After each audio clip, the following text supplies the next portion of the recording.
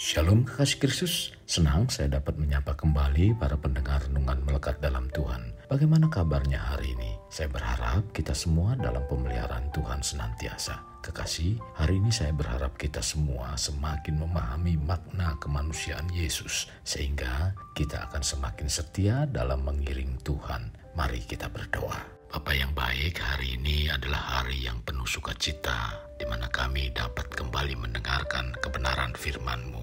Bapa, berbicaralah melalui hamba-Mu, agar renungan yang disampaikan dapat mendewasakan iman percaya kami kepadamu. Bahkan kami semakin menghasilkan buah-buah, yaitu buah-buah kehidupan yang menyenangkan Engkau, Tuhan Yesus. Bukan hanya itu saja, tapi kami semakin dalam mengenai pengenalan kami akan Engkau. Tuhan, bukakan hati kami, biarlah firman ini jatuh di tanah hati yang baik, yang menghasilkan satu pertumbuhan dan buah-buah kehidupan untuk menyukakan Engkau. Ini doa dan permohonan kami dalam nama Tuhan Yesus kami berdoa. Amin.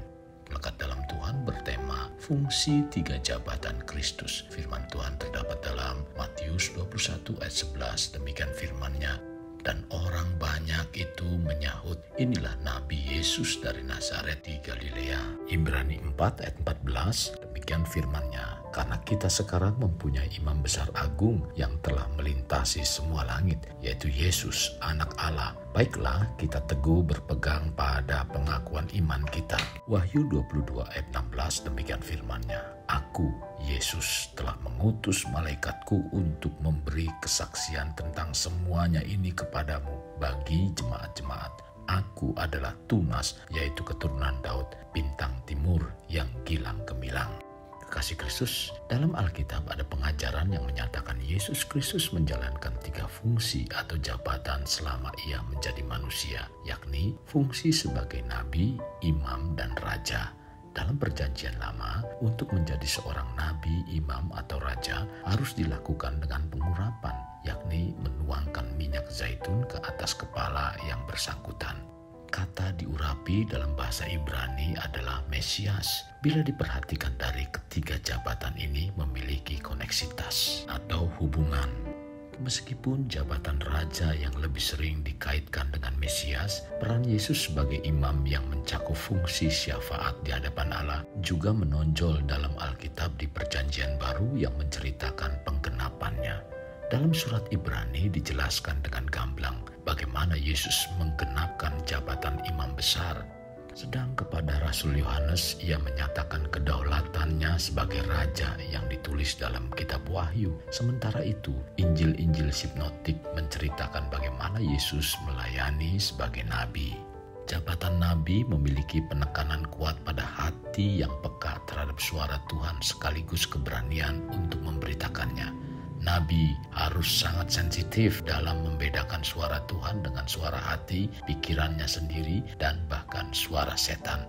Ketika seorang nabi sudah berfirman atas nama Tuhan, jika yang dinyatakan tidak benar atau tidak terjadi, nabi harus siap menanggung konsekuensi hukuman mati. Ketika pesan dari Tuhan sudah jelas, nabi harus berani memberitakan pesan itu dengan tegas dan setia tanpa ditambah ataupun dikurangi. Tidak peduli seberapa keras atau buruk pesan tersebut, dan tidak peduli kepada siapa pesan itu harus dinyatakan, baik kepada imam, ahli Taurat, tua-tua, panglima, bahkan raja sekalipun. Ketika Kristus di dunia, berkali-kali dituliskan mengenai Yesus yang senantiasa mengkhususkan waktu untuk berelasi dengan Bapaknya. Kristus dituliskan selalu pergi ke tempat yang sunyi saat pagi-pagi benar untuk berdoa dan bersekutu dengan Bapa. Penulis percaya bahwa kepekaan kita sebagai seorang Kristen sangat ditentukan melalui momen-momen seperti ini.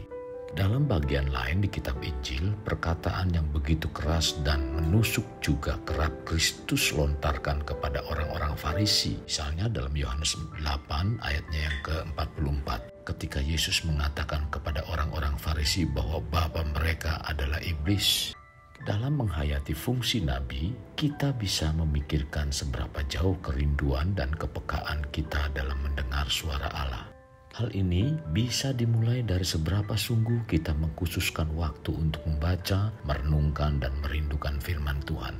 Hal ini juga berefleksi dalam keseriusan dan kesungguhan kita dalam berkata-kata. Sebab apa yang terpancar keluar melalui perkataan bersumber dari dalam hati. Melalui lidah yang kecil terkandung kuasa yang begitu besar. Baik itu kuasa untuk membangun maupun kuasa untuk menghancurkan. Dalam konteks masyarakat yang plural, ini tentunya menjadi tantangan frontal dalam memberitakan keunikan pribadi Kristus.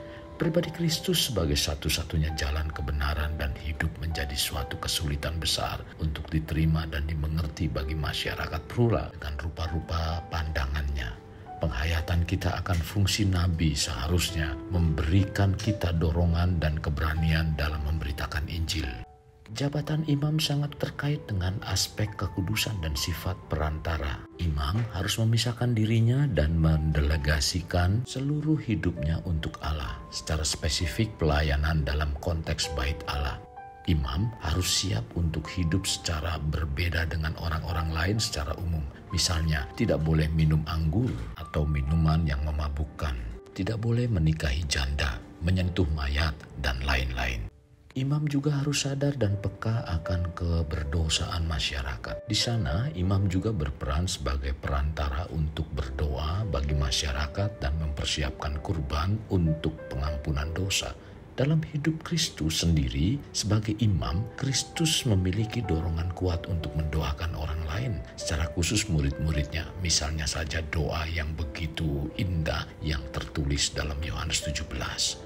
Suatu doa agar murid-muridnya dikuatkan untuk hidup dan bersaksi di dalam dunia. Yesus juga dituliskan menangisi Yerusalem, kota yang begitu kejam yang telah menolak Kristus dan pelayan-pelayan yang Tuhan utus pada zaman sebelumnya. Dalam menghayati fungsi imam, kita harus siap untuk hidup berbeda di hadapan Allah. Ketika lingkungan dan komunitas sekeliling kita sudah menganggap lumrah dosa tertentu, kita harus memilih ketegasan untuk hidup berbeda sebagai umat Allah. Misalnya dosa keserakahan dan sikap apatis atau tidak peduli. Selama kita hidup di dunia, kelemahan demi kelemahan akan terus-menerus kita saksikan, baik dalam lingkup keluarga, sekolah, gereja, perusahaan, maupun negara. Memang mudah untuk menyebarkan gosip, mengolok-olok, atau sekedar mengutuk kelemahan-kelemahan tersebut. Namun, bukan itu reaksi yang sepatutnya jika kita menjalankan fungsi imam. Dalam menjalankan fungsi imam, kita sudah seharusnya memiliki hati yang sensitif, kesedihan dalam melihat realitas dunia berdosa, dan mendoakan hal-hal tersebut. Kekasih, Yesus juga mempunyai fungsi sebagai jabatan raja, dan jabatan ini memiliki keunikan dalam menjalankan keadilan dan melakukan pengelolaan, baik itu mengelola pemerintahan, masyarakat, militer, maupun sumber daya alam. Ketika aspek-aspek tersebut dikelola dengan baik, akan tercapai kesejahteraan dalam masyarakat. Misalnya dalam pemerintahan Daud dan masa-masa awal pemerintahan Salomo. Sangatlah penting bagi seorang raja untuk mengetahui prinsip kebenaran dan keadilan, sehingga seorang raja dapat menilai suatu perkara atau situasi, lantas mengambil suatu keputusan yang benar dan adil. Lebih jauh lagi, kita juga percaya bahwa Kristus adalah Raja yang sejati, Raja yang hendak menerima segala kemuliaan, pujian, dan hormat. Kristus Sang Pencipta yang bertahta dan berkuasa atas seluruh ciptaan. Seperti yang juga dinyatakan dalam kitab Daniel, kerajaan dunia akan naik dan turun, datang dan pergi, namun akan datang kerajaan Allah yang kekal sampai selama-lamanya. Pengertian Kristus sebagai Raja sangat bertentangan dengan konsep zaman ini yang mengajarkan bahwa diri sendirilah yang menjadi pusat. Kita hidup tidak semata-mata untuk diri sendiri. Keseluruhan hidup kita adalah persembahan hidup bagi Allah. Terlebih lagi dengan meneladani Allah yang memerintah dengan adil, kita juga sudah selayaknya mengerjakan tanggung jawab kita dengan sungguh-sungguh di hadapan Allah. Allah telah memberikan kepada setiap kita takaran yang berbeda-beda dalam mengelola sesuatu, baik itu mengelola waktu, studi, pekerjaan, maupun anak-anak. Segala hal yang ada pada kita bukan semata-mata hak milik kita. Itu semua harus dikelola dengan sungguh-sungguh dan dipertanggungjawabkan kembali kepada Allah sebagai Sang Pemberi anugerah. Keyakinan akan otoritas dan kekuasaan Kristus juga akan memberikan kita kestabilan dan ketenangan dalam menghadapi hiruk-pikuk dunia yang sudah jatuh dalam dosa ini. Dalam keseharian kita, kerap kita mendengar dan menyaksikan berita mengenai peperangan, bencana, tragedi, penyakit, dan berbagai kesulitan.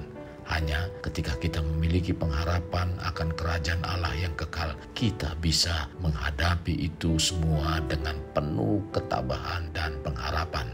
Kekasih Kristus, inilah fungsi 3 jabatan kemanusiaan Kristus Yesus. Dan bila kita melihat dalam perjanjian lama, semua itu diberikan agar manusia dapat menjadi semakin baik dan memuliakan Allah pencipta langit dan bumi.